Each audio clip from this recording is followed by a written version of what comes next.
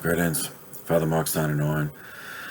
Continuing the series on the papacy in the early modern period, moving into the reign of Pope 208, Nicolas V, who reigned from 1447 to 1455. The cardinals who entered the conclave of 1447, following the funeral of Pope Eugenius IV, had many issues to consider.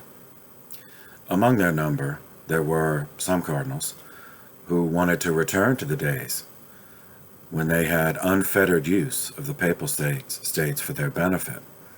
Eugenius's stern policy, attempting to reverse many of the deleterious effects of feudalism, had deprived them of that. Yet, at the same time, they feared a return to the chaos in Italy before Eugenius's stricter policies. Also among the number of cardinals were those who admired Eugenius for his fortitude and fidelity, but felt that many problems internationally might have been averted if he had been more flexible. The conclave settled on a compromise candidate, baptismal name Tommaso Parentuccelli, Parentuccelli.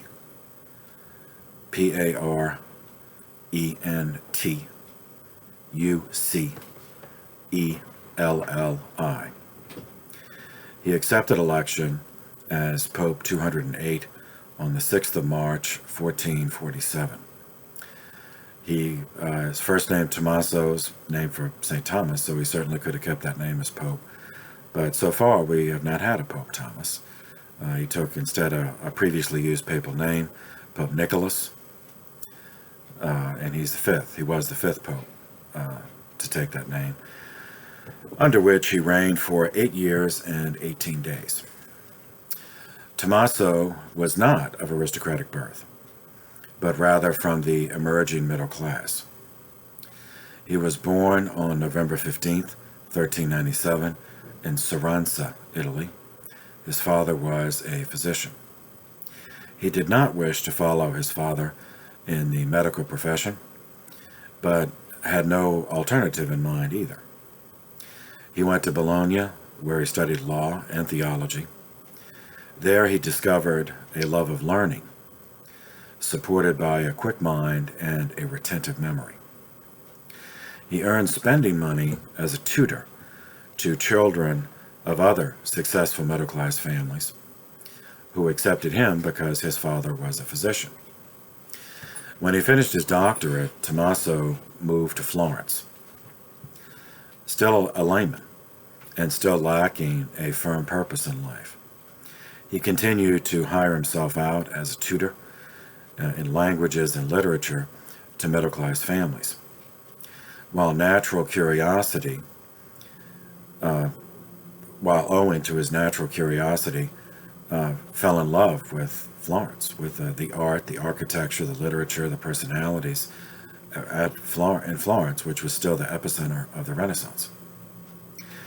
The Cardinal Archbishop of Bologna at the time, named Nicolas Albergati, was always on the lookout for young talent, and he heard good things about Tommaso, so recruited him for his personal staff in 1426. It is an indication of the condition of the church at the time that Cardinal Albergati ordained Tommaso, a priest, simply to serve on his staff, with no priestly training or experience in any sort of apprenticeship in pastoral ministry. Now, he did have a doctorate in law and theology, so he did have knowledge, but to just go from a layman to being ordained a priest just to serve on his staff, that's an indication of one of the many feudalism problems, the debasement of the holy orders. Anyway, in 1434, when the uprising, what we covered previously, forced Pope Eugenius to exile in Florence, violence spread across Italy. As we saw, it was orchestrated by enemies of Eugenius who did not want a strong papacy. So it was essentially a civil war in Italy, forcing those loyal to the Pope, like Cardinal Albergati, Nicolo's patron, to flee Bologna.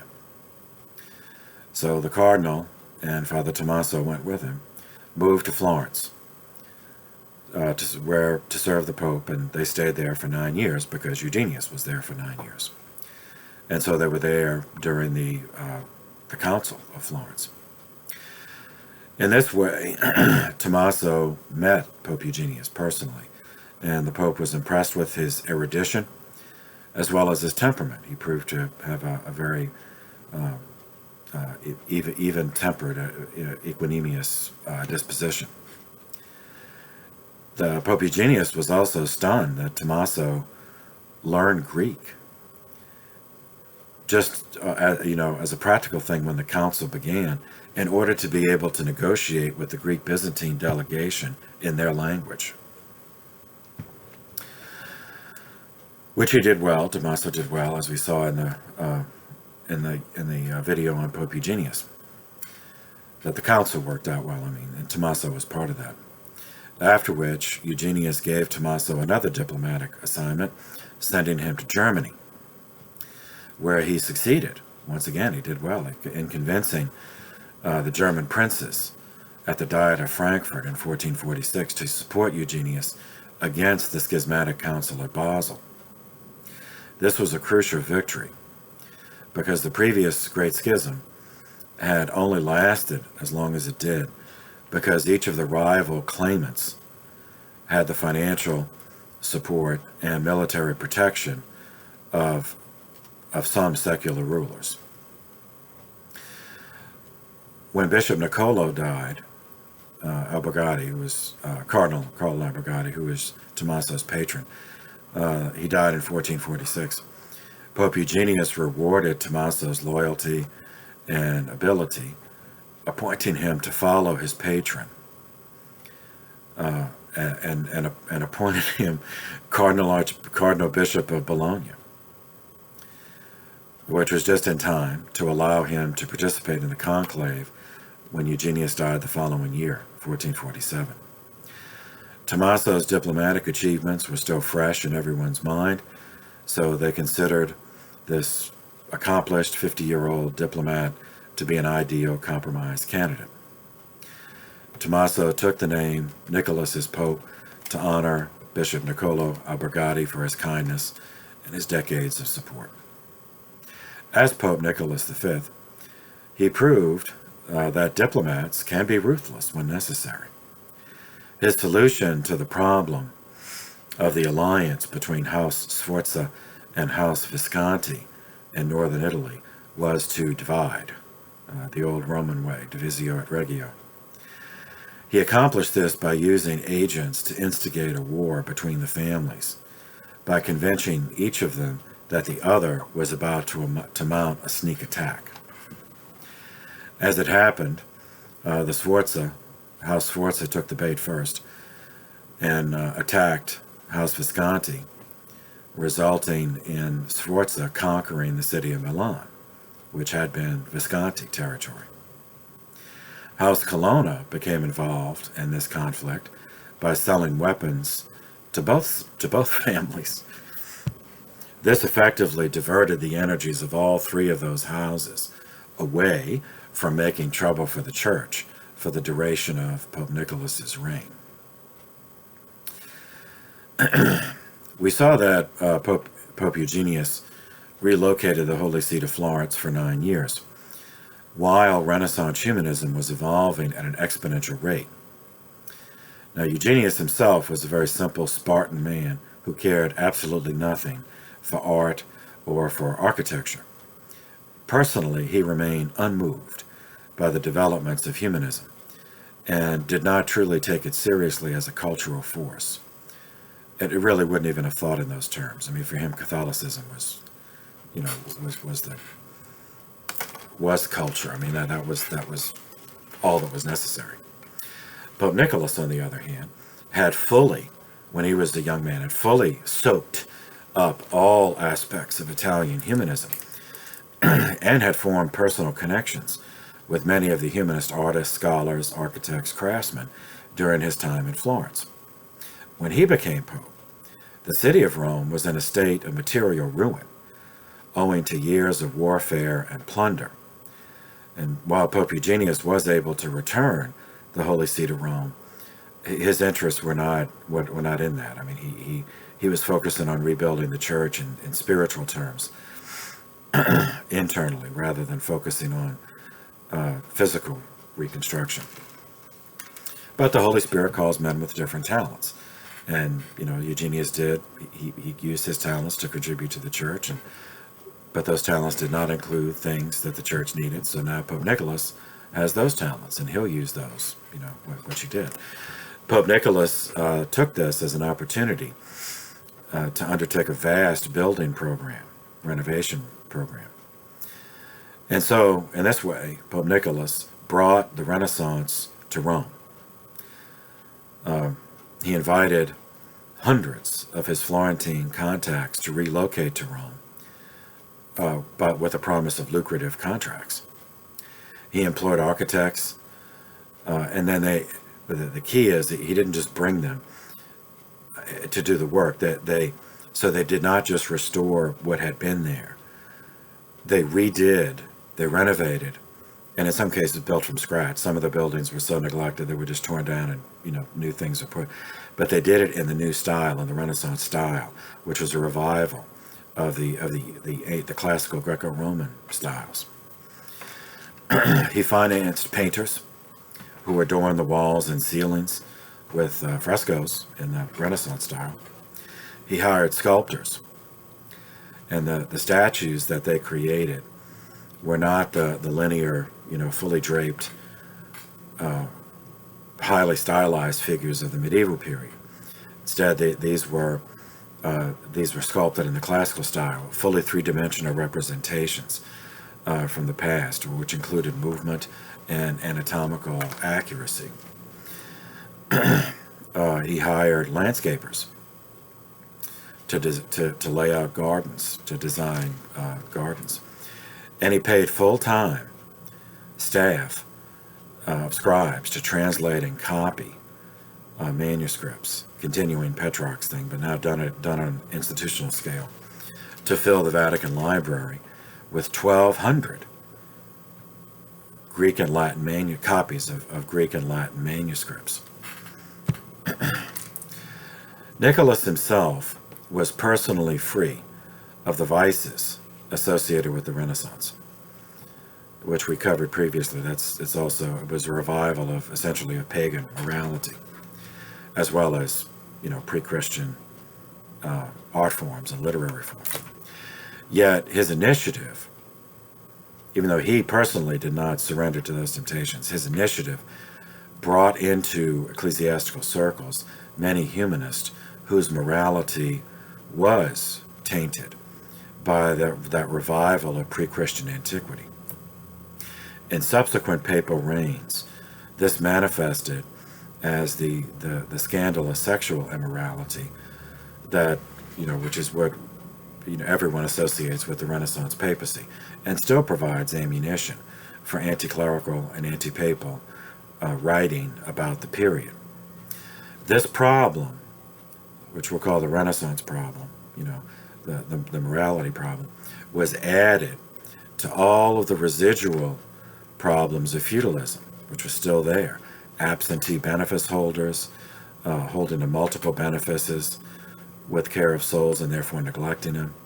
Nepotism, families sending their children into the church without regard for vocation. And remember, it also affected marriage, families arranging marriages for political and financial reasons without regard to the sacramentality of the vocation of matrimony. So this is yet another contributing factor among many toward the Protestant movement.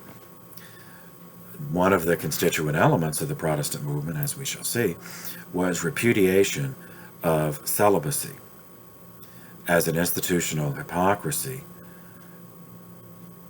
because of the Renaissance and the feudalism problems, regarding it as not only unnecessary, but actually damaging. and have, because the Protestants would regard that the mandatory celibacy had a corrupting influence on the ecclesiastical establishment. Pope Nicolas further used the strong relationships he built with the German princes before he became pope. As pope, he used them as pope to he convinced them all to sign a concordat, the Concordat of Vienna, signed in February of 1448, which was a signal to all of Europe that the German princes were going to give Pope Nicholas their support. In the course of these negotiations, Pope Nicholas met with and developed a strong personal affinity with the Holy Roman Emperor, who at the time was Frederick III. Further, it was during the reign of Pope Nicholas V that history changed in another way. And this is the different levels of historic change. This is this is an epic, this is really a hinge moment in human history, not just church history. And this change did more than anything to create the modern world, and that is the invention of the printing press. On October 17th, 1448, a goldsmith from the city of Mainz in Germany named Johann Gansfleisch Gutenberg, who lived from 1395 to 1468. He went to a bank and borrowed 150 Deutschmarks, so gold coins, essentially, to finance an idea. He wanted to etch letters onto metal blocks, metal squares of uniform size. All the squares would be uniform size, so the letters on this would be uniform size. Then make a framework of uniform size that these letters could be slipped in. Like a Scrabble holder. You take the little blocks and you slip them in there, and they could be moved around to make different words. They could easily be slid in and out. And then that frame, initially they'd be laid flat so they wouldn't come out. And then used a press, like a wine press. That's where he got the idea to press down, to put ink on them, on the coin, on the blocks, the letter blocks. Then press down paper on top of it to and then print. And so when you lifted the paper up, those words, the words formed by those blocks, that would be on the paper. So then you'd have a printed page. So that's the first printing press. His first three experiments, proof of concept, were a calendar, a poem on the Last Judgment, and a collection of the Psalms from the Bible. And he sent these as a gift and as a proof of concept to the Archbishop of Mainz, the Archbishop of his hometown, whom Gutenberg hoped would be impressed enough to finance a printing business. Now, he was disappointed in the Archbishop. The Archbishop said he was perfectly fine with just having monks, handwrite everything. But Gutenberg didn't give up. He found a wealthy investor, a layman, named Johann Furst. That's the German spelling, so Furst, who lived from 1400 to 1466. Johann Furst recognized the potential of a process to swiftly produce readable and uniformly printed and mass-producible material. So he put up the needed money for the final experiment, the final proof of concept of the procedure, which was printing a full book. They chose the Bible, which in 1455 became the first completely printed book using the Gutenberg process. 1455. After that, the world would never be the same.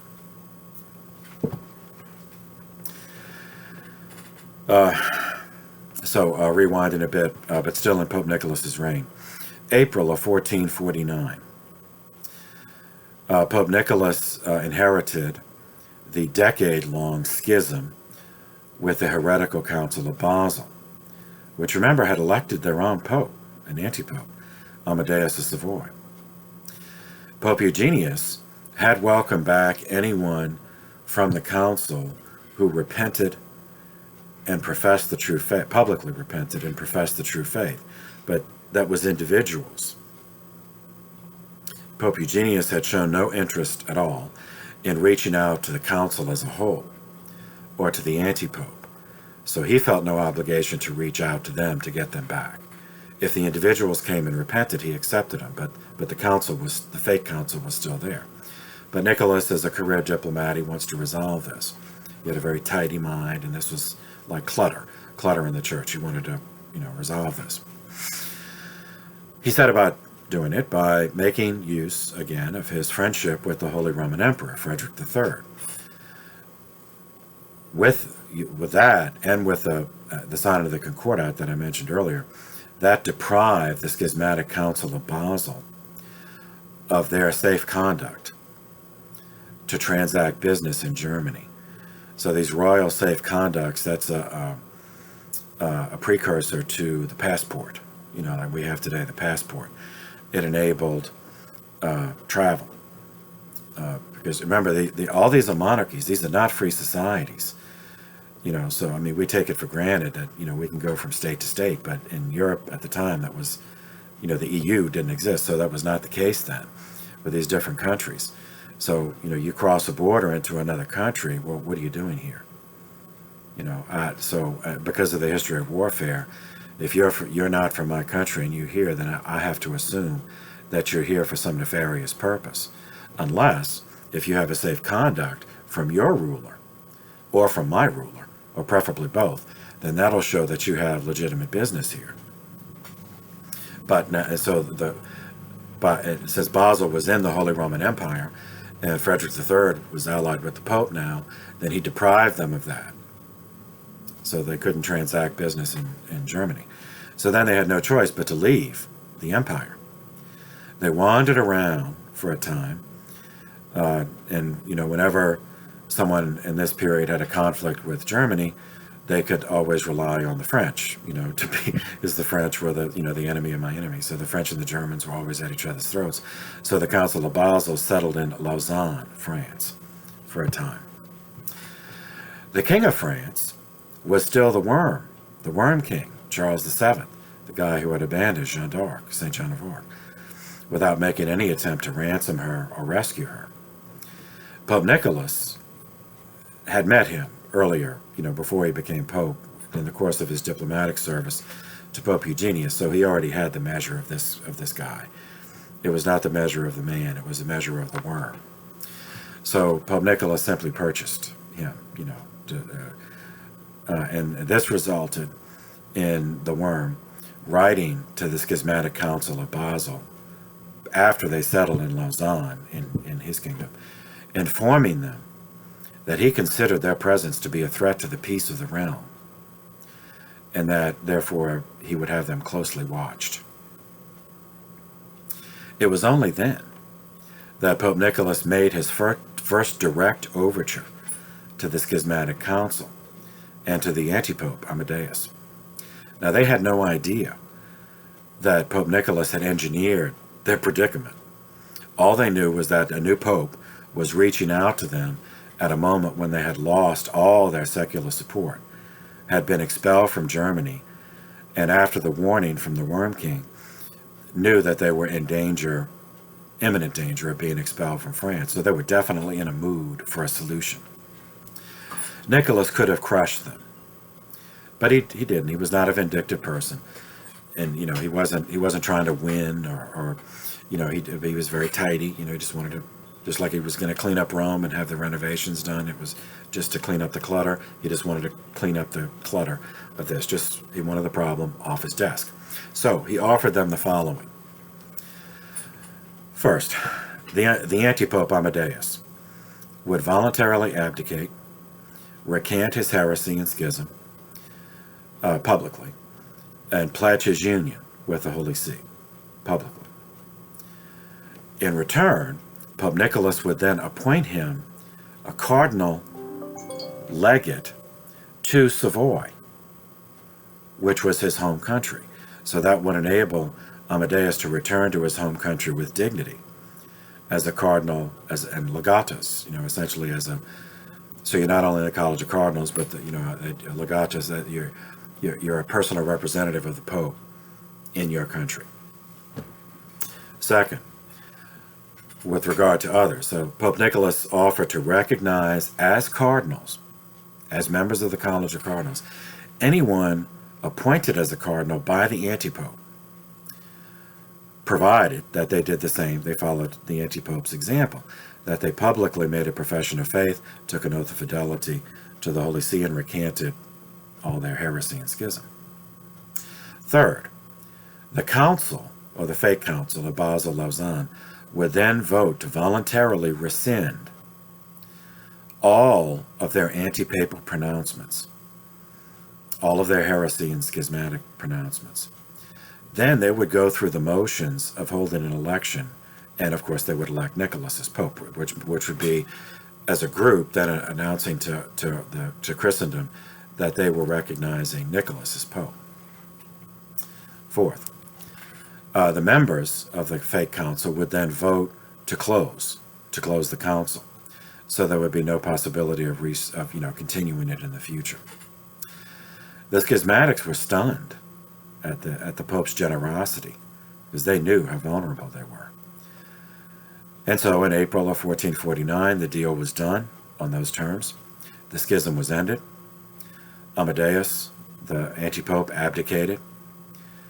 And so far, he's the last of the 39 anti-popes in our history. And like the first anti-pope, seminarians, whom we covered in the patristics course, Hippolytus of Rome, who died in 235 AD, that first anti-pope died reconciled with the true pope. And so, in a nice ellipse, Amadeus, the last anti-pope, also died reconciled and in good standing with the church. Pope Nicolas then considered Italy as a whole, not just Rome or the Papal States, but Italy and the church as a whole, after so many decades of pointless and draining conflict. He revived the practice of the Holy Year. We covered this earlier. It's in the medieval playlist. In the year 1300 was the first Holy Year, declared by Pope Boniface VIII. Nicolas declared the upcoming year 1450 to be a holy year, which is would be a pilgrimage to Rome. Thousands flocked to Rome because word spread that he already had spread that he was doing all the renovations and major improvements in the city, and everybody wanted to see. This brought commerce and prosperity, trade to the Papal State and to the rest of Italy. People had to get there. Many came by ship, so they would go to a port and then travel, so everywhere they go, they have to buy food, they have to pay for lodgings, buy clothes, but, so it helps rebuild the economy and reestablishing a link in the popular mind between the papacy and religious devotion. It's a purely spiritual initiative on the part of the Pope, but nevertheless also had practical material benefits for everyone. If Nicholas V had died at the end of that year, the Holy Year, it would have been said by historians that he had a perfect pontificate, that it was a complete success, he reigned in happiness. But he did not die in 1450. He lived another 5 years, which proved to be very sad, painful years for himself and the church. Which brings us to the fall of the Byzantine Empire. The surviving vestige of the ancient Roman Empire, or the Eastern Roman Empire. So the empire fell, Byzantine Empire fell on May 29th, 1453, during the reign of Pope Nicolas. So we have to catch up with Islam and some other developments. So we're rewinding a bit. The story of the fall of the Byzantine Empire takes us back 2 centuries, when Genghis Khan lived from 1206 to 1227. He invaded Persia, which is present-day Iran, in the year 1220. a tiny, fleeing that invasion, a tiny pagan tribe living in Iran fled west. That tribe was called the Ghazi, Ghazi. They fled west and they took refuge with the Seljuk Turks in Anatolia, which is now the present-day nation of Turkey. Okay, that's 1220. Fast forward. 1288. An emir, the then leader of the Ghazi, was a guy named Uthman. Othman. Under his leadership, the Ghazi, who were pagan, converted to Islam. They were living with the Seljuk Turks, and the Turks had already converted to Islam, so that was their milieu. So then they converted to Islam. 1288. Forward, 1300. The same guy, Uthman, still alive. He carried out a coup d'état against the Seljuk Turks, who had given them sanctuary, almost a century earlier. But that's memory, paper burns, as they say. So he carried out a coup d'état against the Seljuks, assassinating the tribal leaders of the Seljuk Turks, and then took over the realm, which the bulk of many of the Turks accepted because now they're the same religion, they're Islam. This new aggregation of tribes, those Seljuk Turks who accepted him as their chief, plus his existing Ghazi tribe, they renamed themselves, called themselves after him, the Othmanlis. After Uthman, Othmanlis. As news of this spread to the West, Othmanlis is not euphonic to the Western ear, nor is it easy for them to pronounce by the Western tongue. So linguistic sloth resulted in Othmanlis being simplified to Ottoman. The Ottomans, now they're called the Ottoman Turks because of the Seljuk, the subset of Seljuk Turks who joined with the Ghazi, they intermarried, and so their descendants, since numerically the Turks were the largest of the, so then they're called the Ottoman Turks, but they did have this mixed ancestry.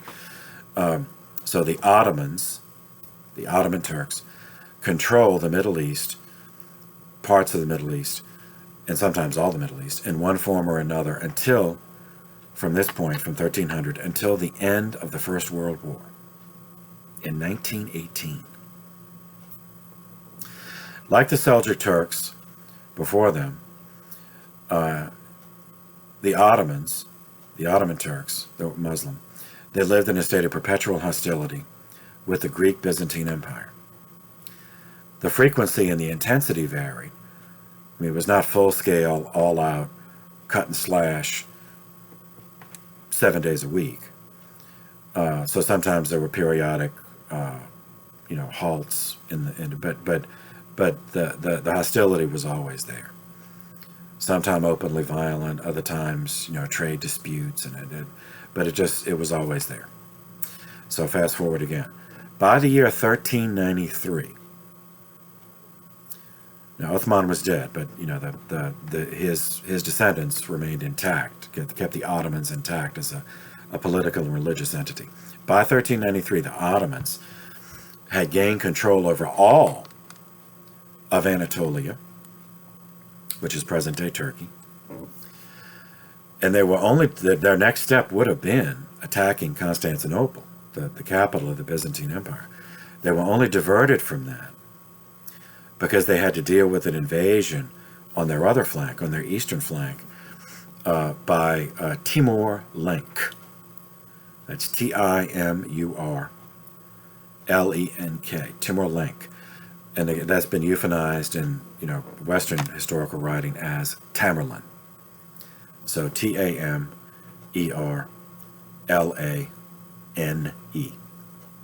He lived from 1336 to 1405.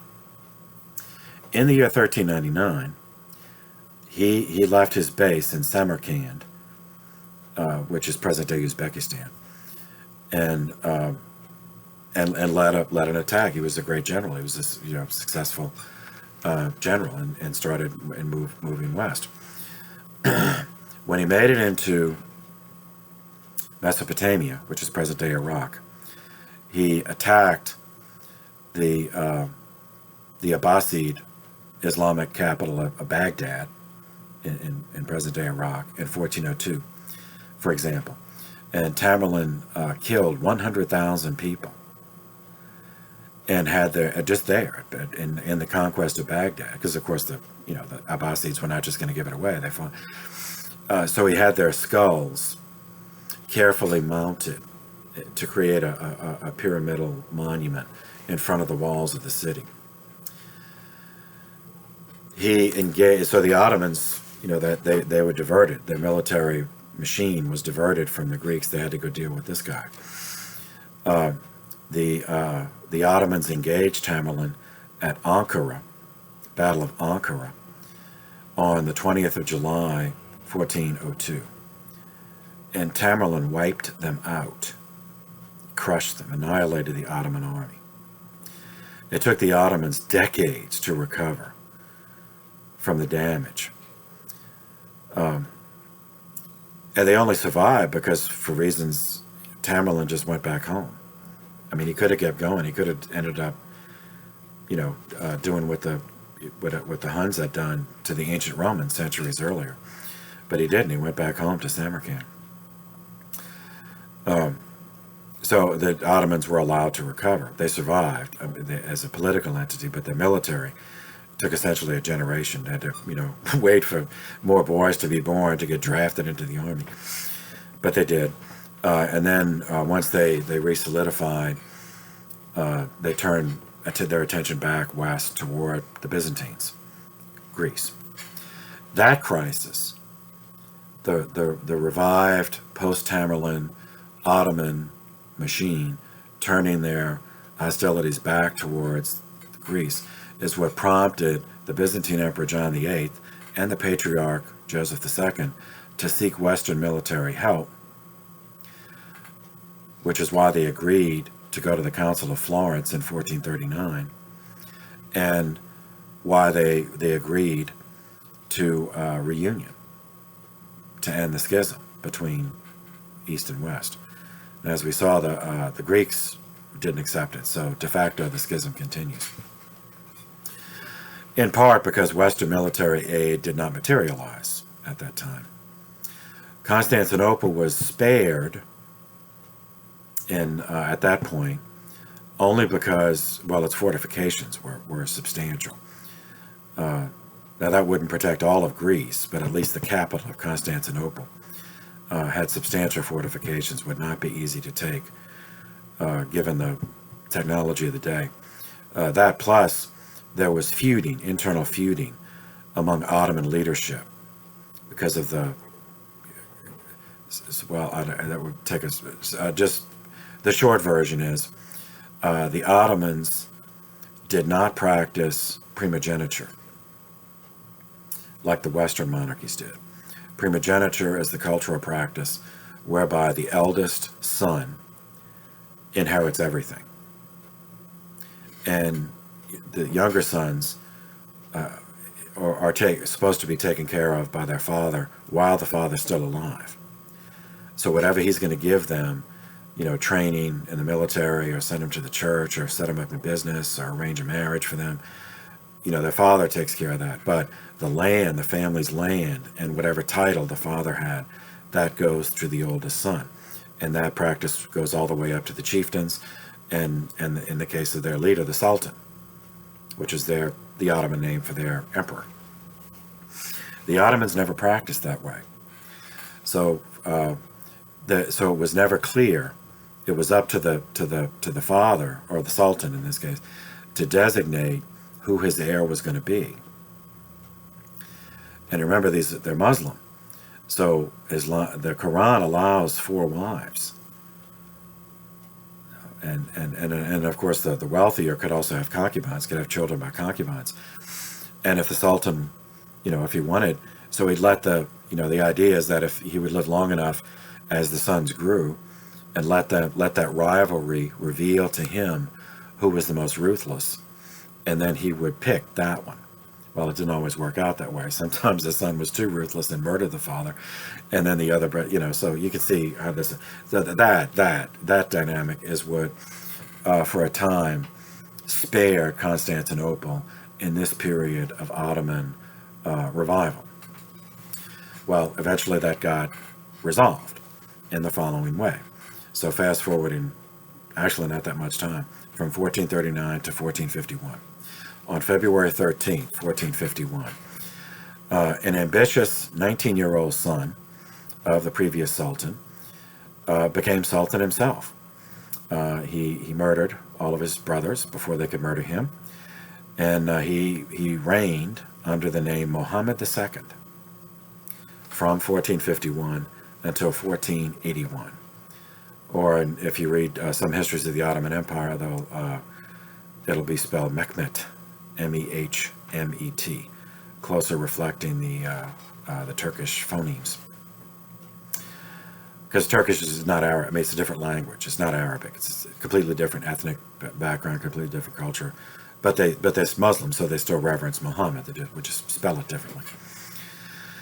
Because of the nature of his reign, Ottoman historians refer to this guy, Muhammad II, as Muhammad the Conqueror, to distinguish him from Muhammad the Prophet. Muhammad II, the Conqueror, equipped his army with new gunpowder weapons.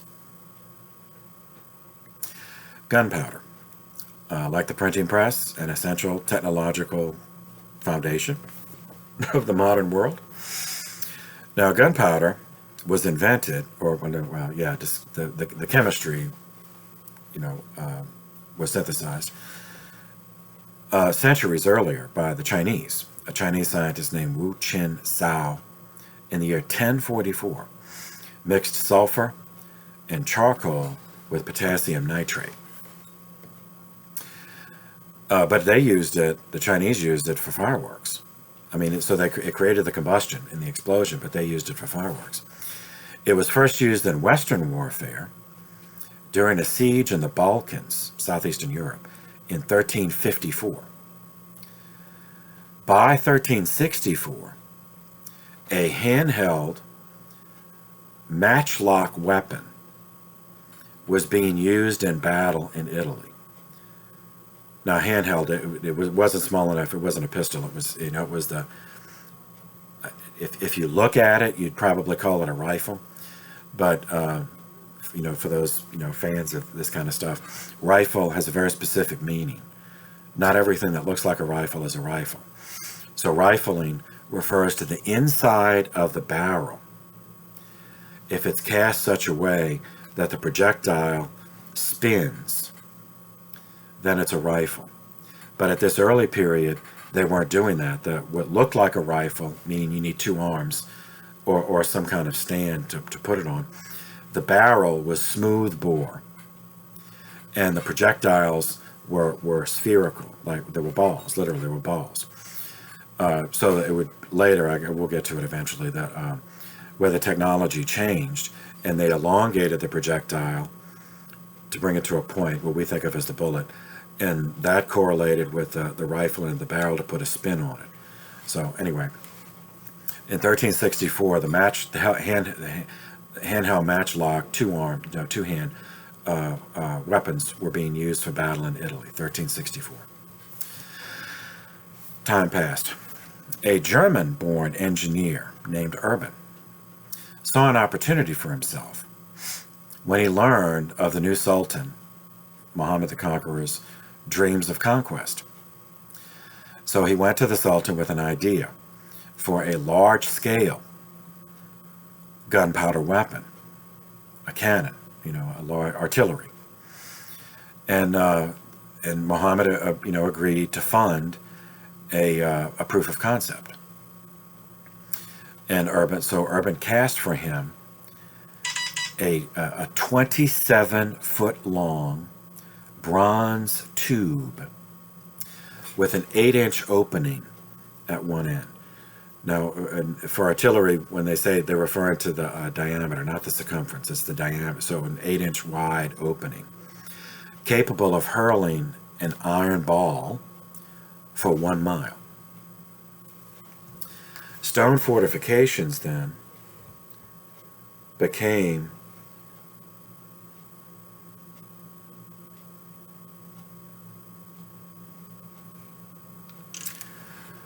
obsolete, or on the way to becoming obsolete. And the Byzantine Empire's days were numbered. The city of Constantinople, as you may recall from the Patristus class, was established on a triangle of land. Two sides of the triangle were water. The hypotenuse of the triangle was the only part that faced land. And so at the hypotenuse, from water to water, the Byzantines built walls, actually multiple walls over the centuries. So two sides of the triangle protected by sea, and then the third and protected by the wall.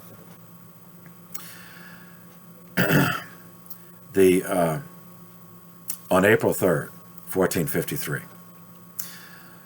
Muhammad the Conqueror's engineers completed a fortress, a base, a staging area at Rumeli Hisar, which was north of Constantinople, up the coast, in order to interdict shipping from the Black Sea coming, Black Sea's north of Constantinople, so trade would come down. They would dock at Constantinople for trade. So this fortress with cannon, armed with cannon, he could then interdict, he could stop ships from going to Constantinople. So starving the economy of the city as well as starving the city.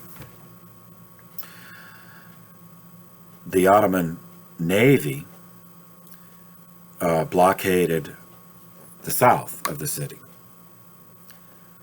When one Venetian galley tried to run the blockade,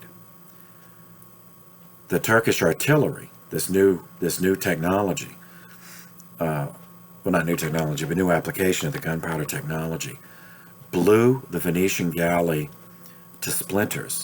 It's all wood, of course, in a single volley.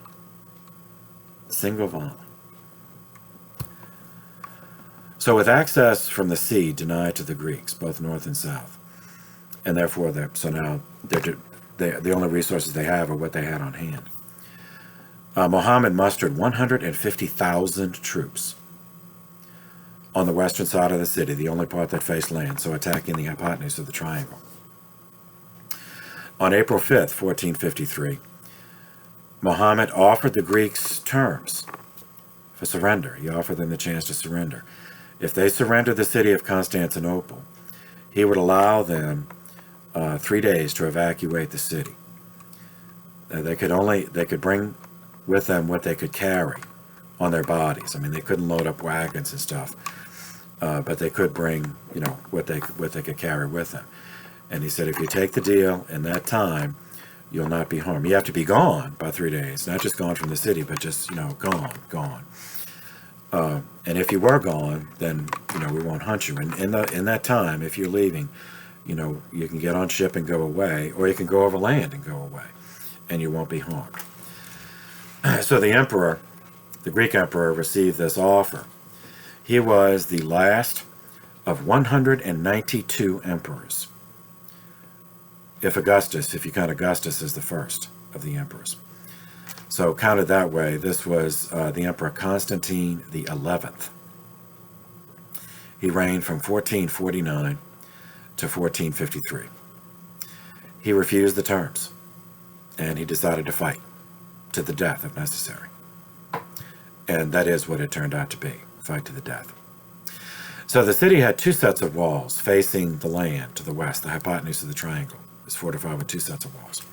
The outer wall, the first of the walls that the Turks would attack, was 25 feet high and 10 feet thick. Then when the Ottomans, if they get through that, then the inner wall was even bigger, was 40 feet high and 20 feet thick. So these walls were well constructed and well defended. But once the artillery bombardment began, with this new technology, giant cannons, the bombardment continued for 48 days, hurling these giant iron balls at the walls. Each day, the Greeks, and they did have some Italians there because the Italians traded with the Greeks, so they had a colony, they called it, but it was just part of the city. The Greeks and Italians would sortie out through holes made in the walls by the artillery to attack the Turks to try to disrupt their rhythm, while others in the city would improvise patches for the parts of the walls that were knocked down. But remember, each day they're consuming food and water that cannot be replaced because they're cut off north and south of the sea. Access is cut off, and then of course they're being attacked from the west. Muhammad, seeing the damage that his cannon were doing to the wall, he thought it shouldn't be taking 48 days for us to take the city. He was not a patient man, so he executed 2 of his generals and numerous lesser officers out of frustration that it was taking so long. Yet in the end, the result was a foregone conclusion. That pace, the defenders could not sustain that pace. They knew they were never going to be relieved. They knew that their food and water was not going to be replenished. And they were against a guy that had the resources of an empire to summon. Finally, on Tuesday, May 29th, 1453, Constantinople fell. The Turkish troops made it inside of the walls, and the Byzantine Empire came to an end. The Emperor, Constantine XI, fought to the death beside his troops. The men in the city were all killed. The women and children were sold into slavery, along with, because that's in keeping with the Quran permits that, enslavement of non-Muslims. Priests had been saying Mass continuously in Hagia Sophia. They would take turns, so Mass was going on 24 hours a day. And they were still saying the Mass when Turkish troops went into the Hagia Sophia in the church, and they were simply hacked to pieces. The church of Hagia Sophia became a mosque. Constantinople was renamed Istanbul, and it's still there. Istanbul is still there, and it's still in the nation of Turkey. And the last Christian power in the East disappeared. Muhammad the Conqueror was heard to comment as he walked through the city that at last the Muslims of Jerusalem, who had been massacred when the First Crusade captured the city in 1099, were now avenged. The religious sequel to the fall of Constantinople belongs to a future papal reign, the reign of Pope 212, Sixtus IV. He reigned from 1471 to 1484. But I'll put it here, so seminarians, so you have this all together, and just in case I forget to cover it in the future. Though the last Byzantine emperor, Constantine XI, personally decided to remain in the city and fight, before the siege was closed, he did get his family out of the city. His brother was named Thomas Palaeologus, and he remained. He took refuge in the Peloponnese, the peninsula. So there's mainland Greece, then there's the Isthmus of Corinth, the city of Corinth, where St. Paul's letter to the Corinthians, that connects to a landmass. It looks like an island, but it's not, because it's connected by that isthmus to Greece, and that is the Peloponnese, which is surrounded on all sides by water except for the Isthmus of Corinth. So Thomas Palaeologus took refuge there. He had 3 children, including a daughter, and they all escaped. They all got out of Constantinople before the siege. On November 12, 1472, that daughter, whose name was Zoe, she was baptized Zoe, she lived from 1440 to 1503. On November 12, 1472, her name was changed to Sophia, and she was given in marriage to the Grand Prince of Moscow. His name was Ivan III. And for fans of Russian history, this is Ivan the Great. He reigned from 1462 to 1505. The Rurik Dynasty, the House of Rurik, Rurik. Their son, the son of that union, was named Basil, but in Russian it's Vasily. He followed his father with Vasily III. His son was named Ivan and followed as Ivan IV. And for fans of Russian history, this is Ivan the Terrible. He reigned from 1533 to 1584. During his reign, he inherited, as Ivan IV, he was Grand Prince of Moscow. So he's Sophie's, the Byzantine princess's, grandson.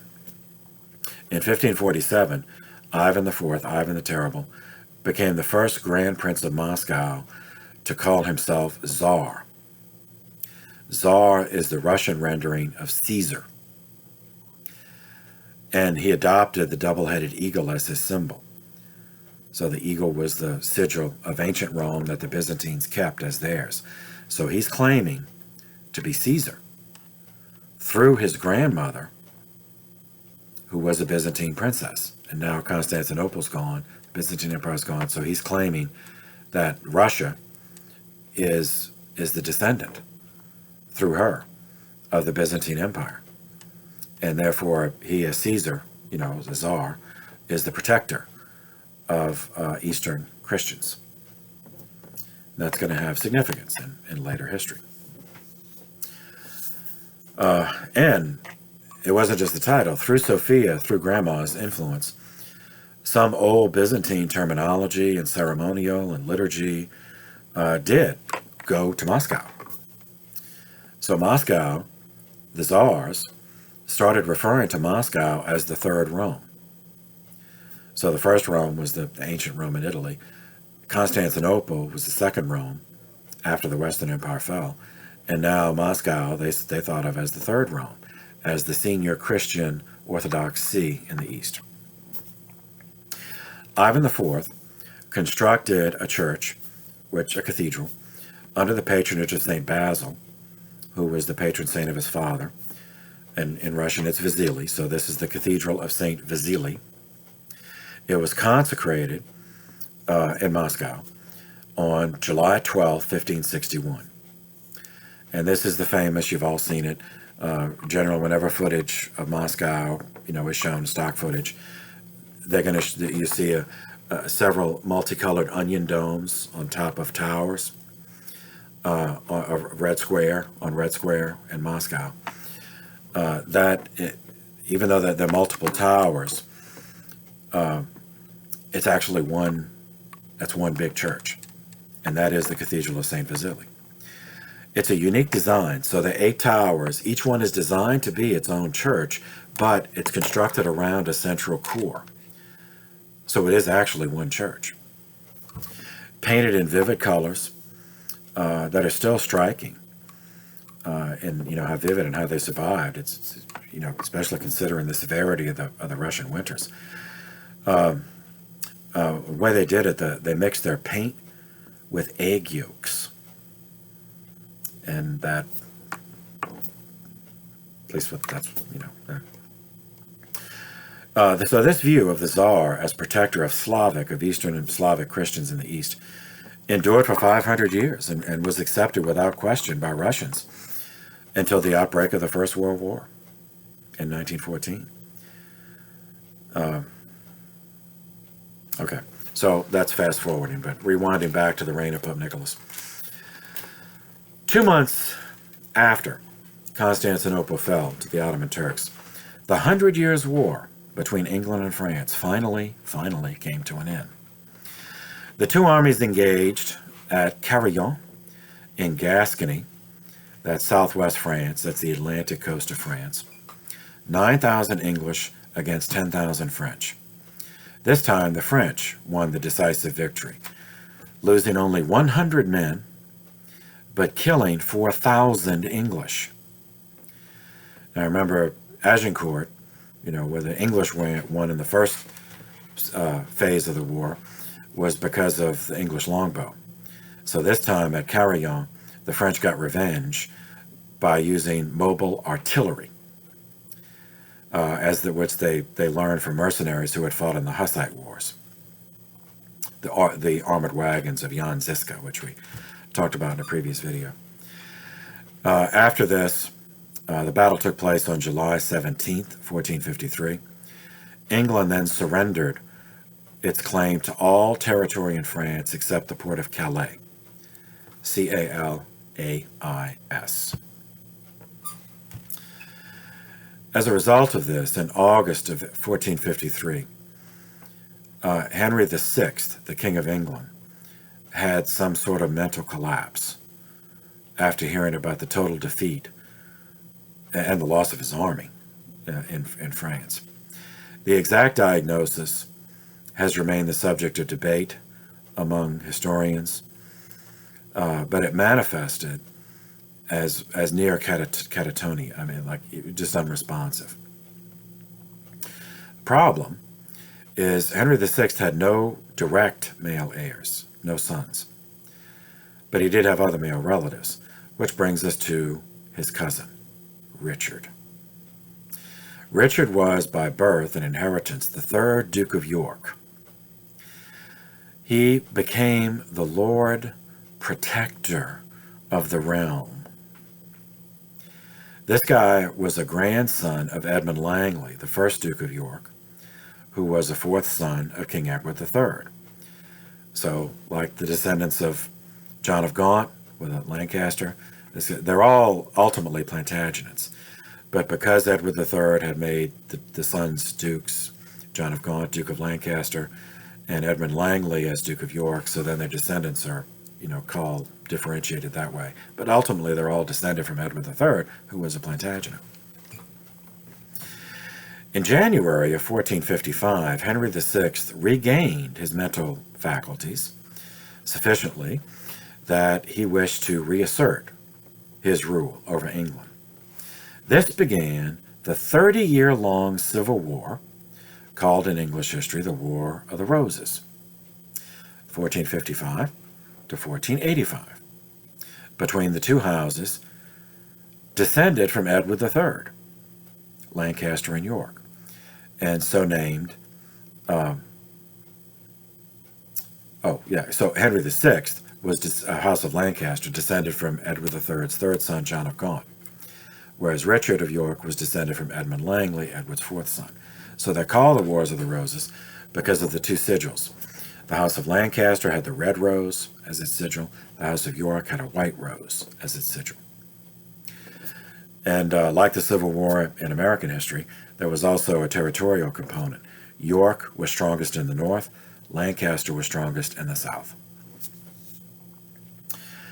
In terms back to the Pope, on March 24th, in the same year the War of the Roses started, 1455, Pope Nicolas V died.